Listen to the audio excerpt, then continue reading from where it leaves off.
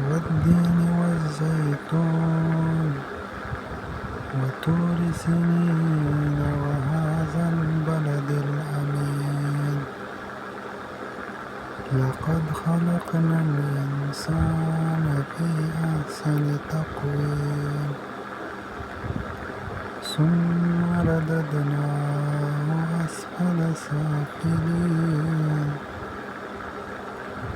إلا الذين آمنوا وعملوا الصالحات فلهم